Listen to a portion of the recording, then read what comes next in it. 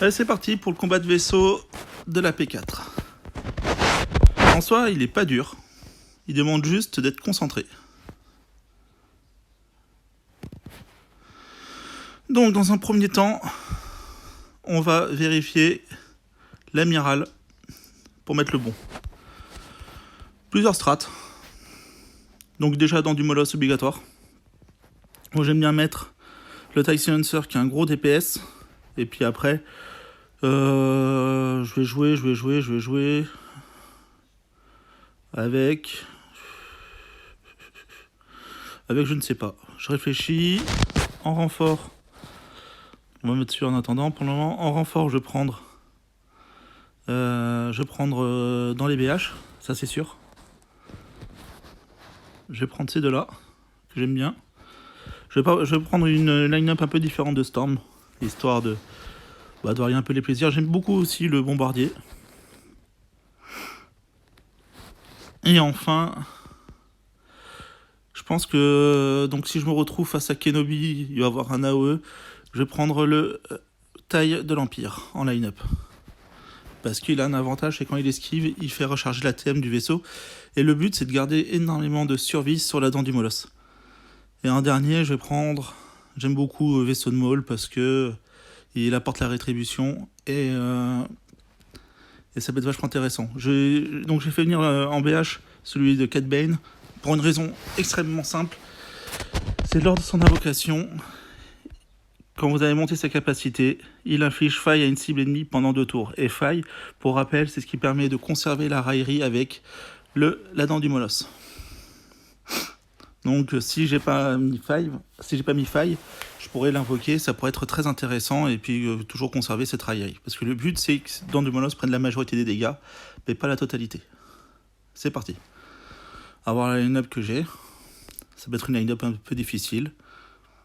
Je ne sais pas. A priori non. Elle n'est pas aussi difficile que Storm, parce que j'ai le sergent, Plo Koon, le soldat clone.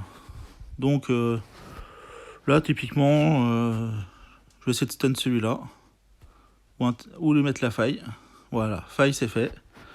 Et maintenant je vais essayer de m'occuper du Plo Koon. Là en gros, si j'avais eu 5 dans la line-up, j'aurais très clairement ciblé 5.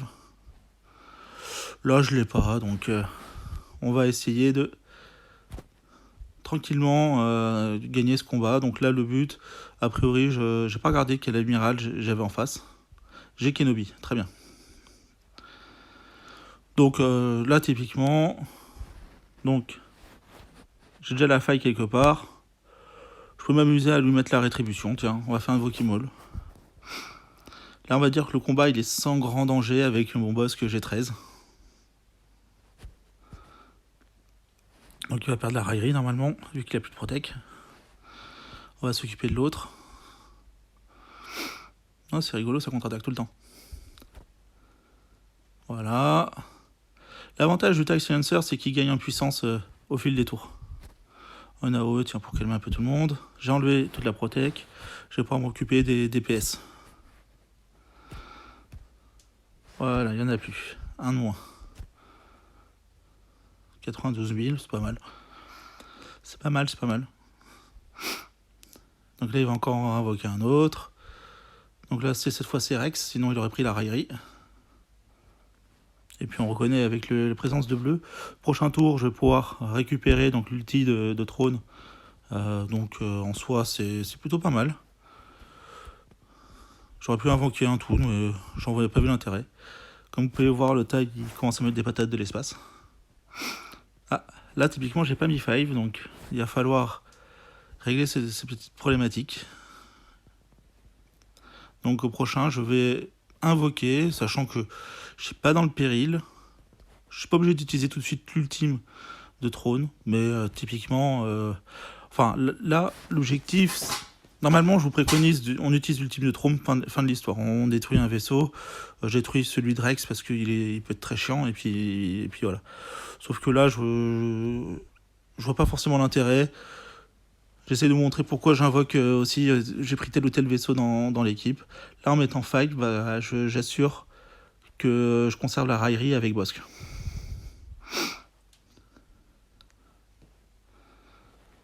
L'avantage de la rétribution, c'est comme vous avez pu le voir, j'ai été verrouillé juste avant. Et comme j'ai contre-attaqué avec une basique, le boss, dans ces basiques, il se dispelle. Donc ça peut être extrêmement pratique face à un 5, si vous prenez un peu le bouillon. Donc là, je remets. Le Plo Koon a mis la raillerie sur Rex, c'est dommage, parce que là, il l'a condamné. Et normalement, quand on utilise la trône, il est bien de s'assurer en soignant le HT. Comme mon HT il est full life et full protect, je vais le faire sur le vaisseau de Kairu. 36 000, c'est pas un coup critique. Le combat dure un peu, normalement j'aurais pu le détruire en beaucoup moins de tours. Là c'était vraiment pour... J'avais la possibilité de le faire avec une line-up plutôt facile.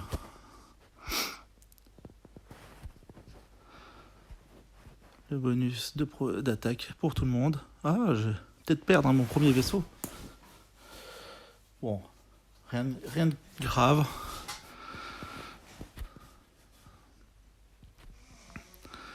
Si j'invoque Boba, vous connaissez. Et enfin, le bombardier qui va mettre des bombes sur tout le monde. C'est rigolo aussi. On va laisser le Jedi consulaire se tuer tout seul comme un grand. Ah, non, il n'a pas voulu.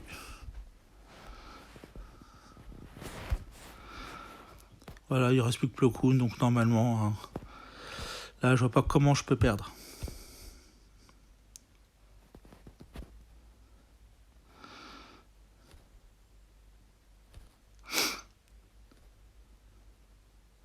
Voilà, parfait. C'est ce que je voulais. Donc là, on est dans une situation un peu particulière. On a le petit carré avec le verrou qui signifie qu'il est immortel, en fait, en gros. Et que si j'essaie de le tuer avec l'ulti de trône, donc là c'est dommage parce que je l'ai plus, je pourrais pas le tuer. Bon, là maintenant qu'il l'a plus, il est mort. Voilà. Allez, à vous de jouer.